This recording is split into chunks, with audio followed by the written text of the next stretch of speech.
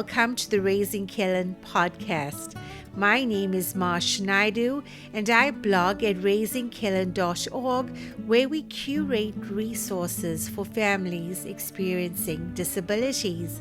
At the end of last year, we talked about a community health and wellness fair that we were helping coordinate here in Dyersburg, Tennessee. Well, the first fair was completed on January the 4th, and we have under a week left for the second Community Health and Wellness Fair happening at Bruce Community Center. At the fair, I met the folks from the Lions Club, and let me tell you what, they did an outstanding job performing both the vision screening as well as the blood glucose testing. I wanted to take the time to chat with Lisa Vinson from the Medina Club, as well as Robin Cantara, who together with her husband Mark are part of the revitalized Dyersburg Lions Club. So grab that cup of coffee, put your feet up, and get ready for some awesome conversation. Today, I'm joined by Lisa Vinson, who is from Lions Club. Lisa, I just really wanted to share with our listeners this morning more about Lions Club. First off, good morning, everybody. This is probably one of my favorite subjects, and we really are the Lions are really the best kept secret I believe in the world. We've been around since 1917. Um, and I'm a member of the Medina Lions Club, which is in District 12L, which is all of West Tennessee. We are from the Mississippi River to the Tennessee River. And Dyersburg is our newest club. It is a branch club. It's sponsored by the Humboldt Lions Club. And gosh, I've been a Lion since 2005. Um, and I think I've done just about everything you can think of in the world of Lionism. Um, Everything from doing the eye screenings, glucose screenings, to being a Leo Club advisor, which that's our youth Lions, and it is so much fun. It's fun to be a lion, but it's even more fun when you can bring the youth into it and show them what it is to volunteer and to have that service heart. Um, it's just amazing. It's amazing to watch them and let them see what we do, but then let them come up with their own things to do, like to raise money and what to use that money for. And when they see things that they think need fixing, and they come to you and they're like, hey, can we do this? And then, you look at them and you go, okay, well, you don't quite have the funds to do that right now. So what do you think we need to do? Well, let's raise money. Let's do it. So it's great to be able to put that into, a child's frame and let them see that and be able to come up with their own things, because, that's how you create a world of service, is by sharing your love of serving others with your youth. So So, it's a lot of fun. so Lisa, the Lions Club basically is a service-based organization, and it's looking for members who want to volunteer, right? Tell us about those programs.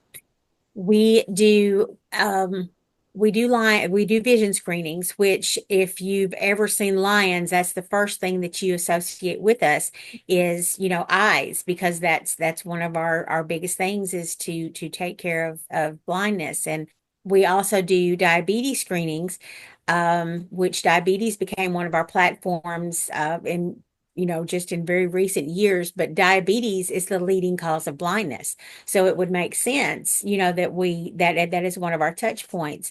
Another favorite of mine that is a Lions thing is Mid-South Lions Sight and Hearing Services, and that's based in Memphis. But all of our clubs help out with that. And if you're a Lions Club member, then you're a member of the Mid-South organization. And if you, let's say you need hearing aids, Okay, we can do that. For a, I mean, you very, very little out of pocket to the person that they have to pay. Our clubs take care of getting them there, getting them back. So, I mean, we do eye surgeries.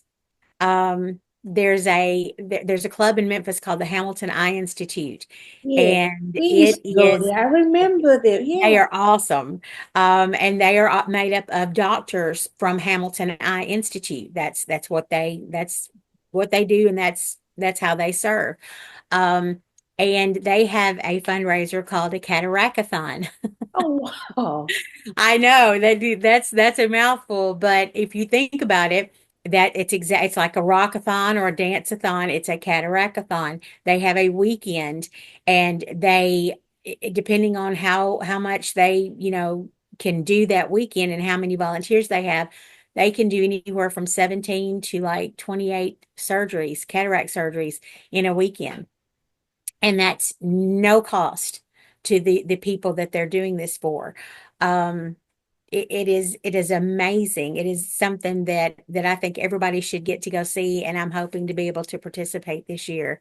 And I'm just really tickled about that. So there is so many things that we do, and we truly are the best kept secret, and I hope that we can change that. Talk a little bit more about that, Lisa. What you've got coming up in Dyersburg and what you all are looking for in terms of community involvement.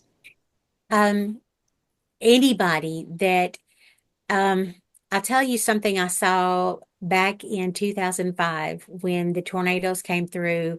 I lived in Bradford at the time, and that's my hometown. And it it destroyed our little town. A town near us, Dresden, which also has a Lions Club, they did a uh, baseball softball tournament. And all of the funds from that, it was called Tornado Alley, and all of the funds from that came to Bradford so that they could help us rebuild. I mean, because it was devastating. Bradford's a little town anyway.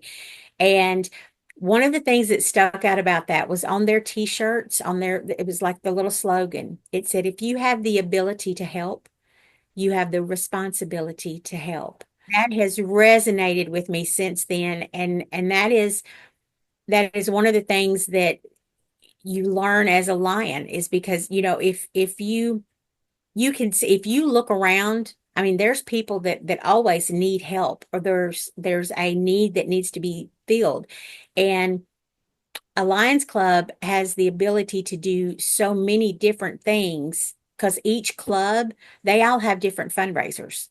Like anything from spaghetti suppers to pancake breakfast. That's how they raise money. That's how they get themselves known in the communities.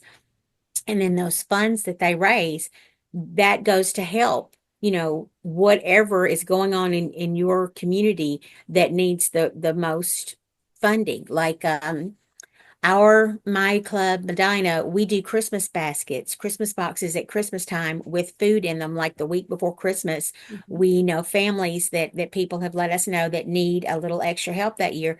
We have a food box that's enough food for them, not only to do their holiday meal, but it has extra staples that they might need, that you don't you don't think about until you know that somebody needs that, and then you're like, wow, we can do this. um there are clubs that will help out at Thanksgiving. There are clubs that do clothing drives. There are clubs that do school supply drives, at the beginning of the school year, so that the teachers aren't responsible for filling everything that needs to be in their classes. There are so many different things, and so we're not just limited to eyes, and we're not just limited to diabetes. We're open to doing whatever our communities need. So if you have that ability to help, then you do have the responsibility to help people, and Lions gives people that opportunity. And even if you're not a lion and you see us somewhere, you know then people will ask, hey, what are y'all doing? What do you do? And I just that just is like, that's like a gift to me to get to be able to tell people, everything that we do. And they're like, wow, I wish I could do that. Well, you know what? You can come join us, come have fun. I mean, there's a lot of things I've done as a lion. One of them is I've never been bored. So there's always something to do. You just have to be open to doing new things and trying new things. And I've made so many good friends as a lion, and it is amazing the people that you meet and the things that you learn and the things that you see and that you can share. And I just like that this is an outlet that I get to do that. Thank you so much, Lisa, for taking the time to let us know about Lions Club. Guys, the second part of this podcast was supposed to have been an interview with Robin Cantara talking about the recruitment of members for our Dyersburg Lions Club. Unfortunately, there were issues with the recording and we had trouble with the sound. So, me and Robin will record that episode at a later date. We would definitely like to extend an invitation for members to join Lions Club here in Dyersburg. And if you have any questions, you can contact Mark Cantara at mcantara, and that's spelled Cantara 57 at gmail.com, or his wife Robin at Robin Cantara, and that's spelled RobinCantara 2014 at gmail.com. Guys, we would highly appreciate a rate and review of this podcast episode. And as always, remember, get to the top of your mountain. This is Marsh Naidu signing off.